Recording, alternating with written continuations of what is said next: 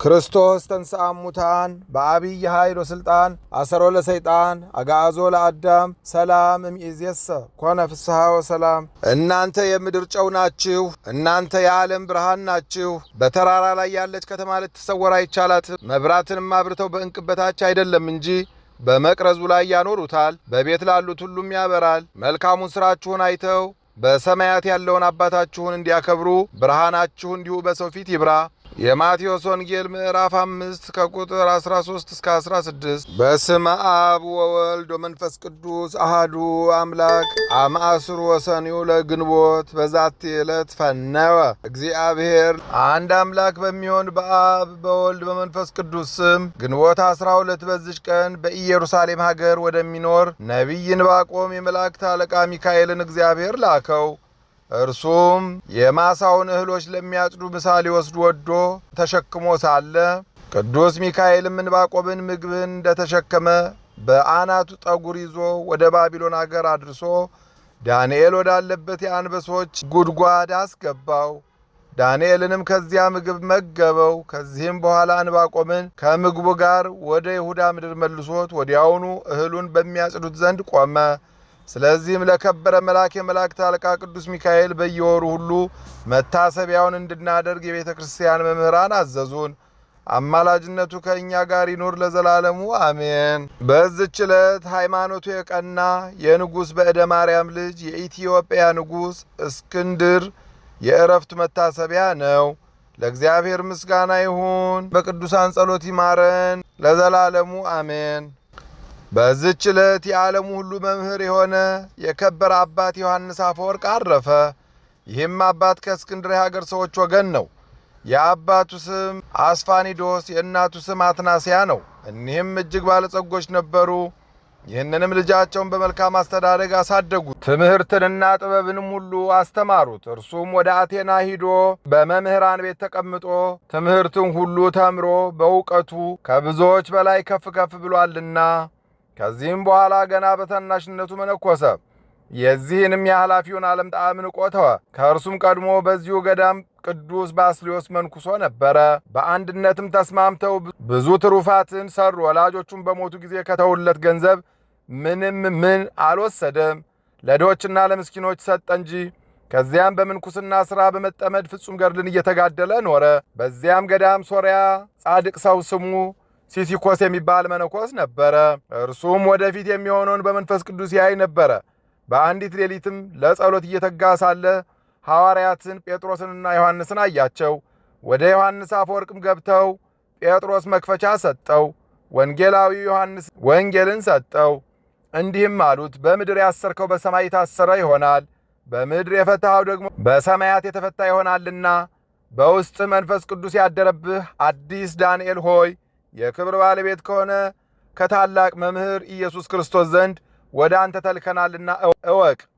እኔም የመንግሥተ ሰማያት መክፈቻ የተሰጠኝ ጴጥሮስ ነኝ። ሁለተኛውም እኔ በመጀመሪያ ስብከቴ በከበረ ወንጌል ቃል አስቀድሞ ነበረ ያልኩ ይህ ቃል በጠላት ላይ የእሳት ሰይፍ የሆነ ዮሐንስ ነኝ። ለአንተም ከክብር ባለቤት ጌታ ኢየሱስ ክርስቶስ ዘንድ ወገኖች ምእመናንን በቀናች ሃይማኖት ታሳድጋቸው ዘንድ እውነተኛ አእምሮ ደግሞ ተሰጥቶሃል። ጻድቅ ሲሲኮስም ይህን ራእይ ባየ ጊዜ ቅዱስ ዮሐንስ ቸር ታማኝ እረኛ ሆኖ እንደሚሾም አወቀ። ከዚህም በኋላ በቅዱስ ዮሐንስ ላይ የመንፈስ ቅዱስ ጸጋ በላዩ ወርዶ አደረበትና ብዙ ድርሳናትንና ተግሳጻትን ደረሰ። ዲያቆን ሆኖም ሳለ የቤተ ክርስቲያን መጻሕፍት ብሉያትንና ሐዲሳትንም ተረጎመ። በአንዲት ሌሊትም ቅዱስ ዮሐንስ ሲጸልይ የእግዚአብሔር መልአክ በድንገት እንደ በረድ ነጭ በሆነ ልብስ ተገለጠለት። ቅዱስ ዮሐንስም ሲያየው ደንግጦ በምድር ላይ ወደቀ። መልአኩም አርአያውን ለውጦ እንደ ሰው ሆኖ ታየው። ወዳጄ አዲስ ዳንኤል ሆይ አትፍራ ተነሳ አለው። የቅዱስ ዮሐንስ ዳንኤል ሆይ አትፍራ ተነሳ አለው። የቅዱስ ዮሐንስም ልቡ ተጽናንቶ ጌታዬ አንተ ማነህ? ግርማ አስፈርቶኛልና አለው። የእግዚአብሔር መልአክም ትሠራው ዘንድ የሚገባህን ልነግርህ ወደ አንተ የተላኩ ነኝ። አሁንም እግዚአብሔር አምላክ ያዘዘህን ለመስራት ልብህን አበርታ። ቃልህ ከጽንፍ እስከ ጽንፍ በአራቱ ማዕዘን ይደርሳልና እልፍ አላፋትም ትምህርትን ተቀብለው ትእዛዝህን ሰምተው ወደ ፈጣሪያቸው እግዚአብሔር ተመልሰው ይድናሉና በእግዚአብሔር መንግሥትም ውስጥ የጸና የብርሃን አምድ ትሆናለህና። እነሆ የአንጾኪያ ሊቀ ጳጳሳት ወደ አንተ ይመጣል፣ ከእርሱም ጋር ሁሉም ካህናትና ዲያቆናት በየማዕረጋቸው የሚያዝህንም አድርግ፣ የእግዚአብሔር ትእዛዝ ነውና ልትተላለፍ አይገባህም አለው። ከዚህ በኋላም ያ መልአክ ለአባ ፊላቴያኖስ ተገልጦ ቅዱስ ዮሐንስን ቅስና እንዲሾመው አዘዘው። በማግስቱም ሊቀ ጳጳሳቱ መጣ፣ ከእርሱ ጋር ካህናት አሉ። ይህን ቅዱስ ዮሐንስን ይዞ ቅስና ሾመው። የቁስጥንጥንያ ሊቀ ጳጳሳት ባረፈ ጊዜ ንጉሥ አርቃዲዮስ ልኮ አስመጥቶ ቅዱስ ዮሐንስን በቁስጥንጥንያ ላይ ሊቀ ጵጵስና ሾመው። አባቶቻችን ሐዋርያት እንደሚያደርጉት በሊቀ ጵጵስና ሥራው ላይ ጸና። ሕይወትነት ባላቸው ትምህርቶቹና ተግሳጾቹ ሕዝቡን ሁል ጊዜ የሚያስተምር ሆነ። ከኤጲስቆጶሳትም ሆነ ከመንግሥት ወገን ሕግን የሚተላለፋት ሁሉ ይገሥጻቸዋል። ማንንም አይፈራም፣ ፊት አይቶ አያደላም። የንጉሥ አርቃዲዮስ ሚስት አውዶክስያም ገንዘብ ወዳጅ ስለሆነች የአንዲት ድሃ መበለት ቦታዋን በግፍ ወሰደች። ይቺ መበለትም ወደ ቅዱስ ዮሐንስ መጥታ ንግሥት አውዶክስያን ቦታዋን እንደነጠቀቻት ነገረች። እርሱም የድሃዋን ቦታ መልሽላት ብሎ ከብዙ ምክር ጋር እንድትመልስላት ንግሥት አውዶክስያን ለመናት። እርሷ ግን እምቢ በማለት አልታዘዘችለትም። ወደ ቤተ ክርስቲያን ገብታ ሥጋው ደሙ እንዳትቀበል አውግዞ ለያት። ቁጣና ብስጭት ተመልታ ስለ ክፉ ሥራቸው ከሹመታቸው እርሱ የሻራቸውን ኤጲስቆጶሳት ሰበሰበች። እነርሱም ንግሥቲቱ ስለተቃወመ ስደት እንደሚገባው በእርሱ ላይ ተስማምተው ጻፉ። እርሷም ማጥራኪያ ወደሚባል ደሴት ሰደደችው። ከዚያም በደረሰ ጊዜ የዚያች ደሴት ሰዎች በክፉ ሥራ ጸንተው የሚኖሩ ከሃዲያን ሆነው አገኛቸው። ቅዱስ ዮሐንስም አስተማራቸው፣ ገሰጻቸው። በፊታቸውም ስላደረጋቸው ድንቆች ተአምራት ወደ ቀናች ሃይማኖት አስገባቸው። የሮሜ ንጉሥ አኖሪዮስና ሊቀ ጳጳሳቱ ዮናክኒዶስ ስለ ቅዱስ ዮሐንስ ስደት በሰሙ ጊዜ እጅግ አዘኑ። በንጉሥ አርቃዲዮስም ላይ በመቆጣት እንዲህ የሚል ደብዳቤ ጽፈው ላኩ። ከዚህ ከክፉ ሥራ ተጠበቅ፣ ትእዛዛችንንም ተቀብለህ የከበረ ዮሐንስን ከስደቱ ካልመለስከው በአንተና በእኛ መካከል ሰላም አይኖርም። መልእክታቸውንም ባነበበ ጊዜ እጅግ አዘነ። ሚስቱንም አግዶ ልኮ ቅዱስ ዮሐንስን ከስደቱ መለሰው። በተመለሰ ጊዜም የቁስጥንጥንያ ሰዎች በመመለሱ ታላቅ ደስታን አደረጉ። ከጥቂት ቀኖችም በኋላ ንግሥቲቱ ወደ ክፋቷ ተመልሳ ሁለተኛ ወደ አጥራኪያ ደሴት ሰደደችውና በዚያው አረፈ። ንጉሥ አኖሪዮስና ሊቀ ጳጳሳት ዮናክኒዶስም በሰሙ ጊዜ መልእክትን ላኩ። ሊቀ ጳጳሳቱም የከበረ ዮሐንስን ከስደት እስክትመልሰው ድረስ ሥጋውንና ደሙን እንዳትቀበል አውዶክስያን አወገዛት። ከዚህም በኋላ የከበረ ዮሐንስ ይመልሱት ዘንድ ንጉሥ ላከ፣ ግን ሙቶ አገኙት። ሥጋውንም ተሸክመው ወደ ቁስጥንጥንያ ከተማ ደረሱ። የከበረ ዮሐንስም በተሰደደበት አገር እንዳረፈና ሥጋውንም ወደ ቁስጥንጥንያ ከተማ እንዳመጡ ወደ አባ ዮናክኒዶስ መልእክትን ጽፈው አስረዱ። ሁለተኛም የሮሜ ሊቀ ጳጳሳት ወደ ቤተ ክርስቲያን ገብታ ሥጋውንና ደሙ እንዳትቀበል ልኮ አውዶክስያን አወገዛት። እየለመነችውም 8 ወር ያህል ኖረች። በብዙ ልመናም ፈታት። ነገር ግን ጭንቅ በሆነ ደዌ እግዚአብሔር አሰቃያት።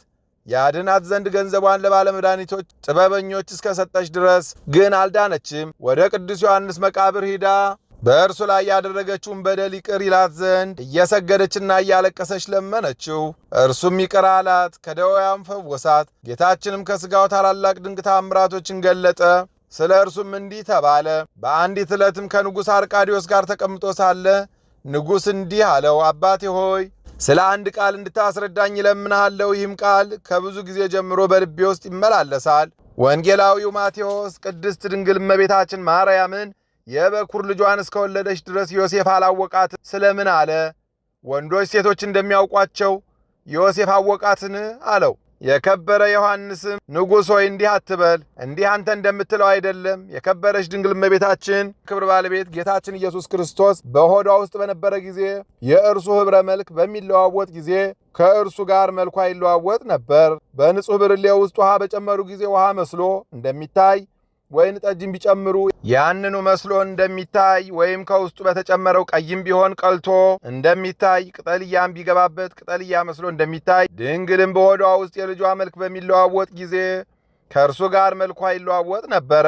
እንደ ሮማን አበባ የምትቀላበት ጊዜ አለ፣ እንደ ናርዶስም የምታብለጨልጭበት ጊዜ አለ፣ የለመለመ ቅጠል የምትመስልበትም ጊዜ አለ።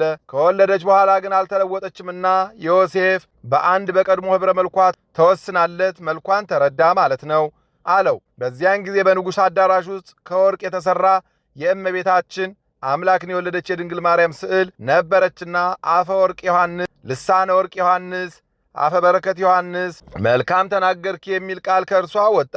ንጉሡና ከእርሱ ጋር ያሉትን በሰሙ ጊዜ እጅግ አደነቁ፣ እግዚአብሔርንም አመሰገኑት።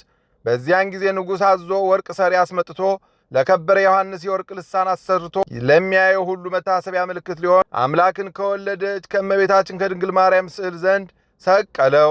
ንጉሡና ከእርሱ ጋር ያሉት በሰሙ ጊዜ እጅግ አደነቁ፣ እግዚአብሔርንም አመሰገኑት። በዚያን ጊዜ ንጉሥ አዞ ወርቅ ሰሪ አስመጥቶ ለከበረ ዮሐንስ የወርቅ ልሳን አሰርቶ ለሚያየው ሁሉ መታሰቢያ ምልክት ሊሆን አምላክን ከወለደች ከእመቤታችን ከድንግል ማርያም ስዕል ዘንድ ሰቀለው። ቅዱስ ዮሐንስንም በዚያች ቀን ወዲህ ልሳነ ወርቅ ብሎ ጠራው። አፈ ወርቅም ተብሎ እስከ ዛሬ ተጠራ። ለእግዚአብሔር ምስጋና ይሁን፣ እኛንም በዚህ አባት ጸሎት ይማረን፣ በረከቱም ከእኛ ጋር ትኑር ለዘላለሙ አሜን። የቅዱስ መስቀል የተአምር በዓሉ ዛሬ ነው። በዚች ቀን በኢየሩሳሌም አገር በጎልጎታ ላይ ከፀሐይ በልጦ የሚያበራ ብርሃን የከበረ ይኸውም ለኢየሩሳሌም አባ ቄርሎስ ኤጲስቆጶስ ሆነ በተሾመበት በታላቁ ቆስጠንጢኖስ ልጅ በሚያንሰው ቆስጠንጢኖስም ዘመነ መንግሥት ነው። መገለጡ የሆነው ከቀኑ በ6 ሰዓት ነው። የመስቀሉን ብርሃን የፀሐዩን ብርሃን ሸፍኖ በግልጥ እየታየ እስከ 9 ሰዓት ቆየ። ሰዎችም ሁሉ ያዩት ዘንድ ከቦታ ሁሉ ላይ ይወጡ ነበረ። አባ ቄርሎስም እንዲህ የሚል መልእክትን ወደ ንጉሥ ቆስጠንጢኖስ ሲልክ፣ ንጉሥ ሆይ እወቅ፣ አስተውል። በከበረ አባትህ በጻድቁ ቆስጠንጢኖስ ዘመን እንደ ከዋክብት መስቀል በሰማይ ታየ። ሁለተኛም በዘመንህ በቀራንዮ ላይ የብርሃን መስቀል የፀሐይን ብርሃን ሸፈነው። የክብር ባለቤት የሆነ እስከ ጌታችን ኢየሱስ ክርስቶስ መቃብርና እስከ ደብረ ዘይትም ተዘረጋ አለው። ሁለተኛም በዚህ ደብዳቤ እንዲህ አለው፣ ንጉሥ ሆይ ከከፋችና ከረከሰች ከአርዮስ ሃይማኖት ተጠበቅ፣ የሚያምኑባትንም አትቀበላቸው፣ በምን አትሳተፋቸው። ከዚህም በኋላ አባ ቄርሎስ ይህ የከበረ መስቀል በተገለጸበት ቀን በዓልን አደረገ። እርሱ በስውርና በግልጥ ለሚመጣብን ጠላት ተዋግተን የምንድንበት የጦር መሳሪያችን ነውና በጸና እምነት በምንማጸንበት ጊዜ ለእግዚአብሔርን በመስቀሉ ላዳነን በከበረ ደሙ ፈሳሽነት ብላነጻን ምስጋና ይሁን። ዛሬም ከሚጣላን ሁሉ ይጠብቀን፣ ይቅር ይበለን ለዘላለሙ አሜን። በዚህች ዕለት ሰማዕታት የሆኑ የዲያቆን ሚናስና የእስጢፋኖስ መታሰቢያቸው ነው። በረከታቸውም ከእኛ ጋር ትኖር ለዘላለሙ አሜን። አባታችን ያሬድ የማቱሳላ አባት በዚች ቀን የመላልኤል ልጅ ያሬድ የዕረፍቱ መታሰቢያ ነው። ያሬድም 132 ዓመት ኑሮ ሄኖክን ወለደው። ሄኖክንም ከወለደው በኋላ 800 ዓመት ኖረ። ወንዶችንና ሴቶችንም ልጆች ወለደ። መላው ዘመኑ 962 ዓመት ሆነው። በዕለተ ዓርብም በ3 ሰዓት አረፈ። ለእግዚአብሔር ምስጋና ይሁን። የቀደሙ አባቶቻችን በረከታቸው ከእኛ ጋር ትኑር ለዘላለሙ አሜን። አቡነ ተክለ ሃይማኖት ፍልሰታቸው ነው። በዚች ቀን የመነኮሳት ሁሉ አለቃ ሐዋርያና ሰማዕት የታላቁ መምህር የክቡር አባታችን የተክለ ሃይማኖት የሥጋው ፍልሰት ሆነ። የፍልሰቱን ምክንያት በ56 ዓመት ከዋሻ ውስጥ ወደ አነጹት መቃብር ያፈልሱታል ብሎ እግዚአብሔር የነገረው ዘመን በደረሰ ጊዜ ያን ጊዜም ተአምር ተደርጎ ዕውራን አዩ፣ አንካሶችም ተስተካከሉ። ይህም በወራሴ መንበሩ በአባ ይስሐቅ ዘመን ሆነ። ዕለቱም ግንቦት 12 ቀን ነው። ለእግዚአብሔር ምስጋና ይሁን። እኛንም ተጋዳይ በሆነ ሰው በጻድቁ አባታችን በተክለ ሃይማኖት ጌታን ደስ ባሰኙት በቅዱሳን ሁሉ ጸሎት ይማረን ለዘላለሙ አሜን። በዚች ቀን በአባታችን ተክለ ሃይማኖት መንበር ከተሾሙ መምህራን 17ኛው ቁጥር የሆነ የደብረ ሊባኖስ መምህር ክቡር አባ አብርሃም አረፈ።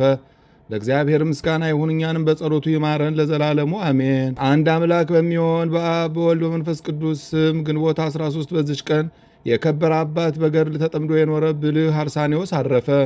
በዛሬው ዕለትም በግንቦት 13 ቀን የጌታችን የመድኃኒታችን የኢየሱስ ክርስቶስ የዕርገት በዓል የሚታሰብበት ዕለት ነው።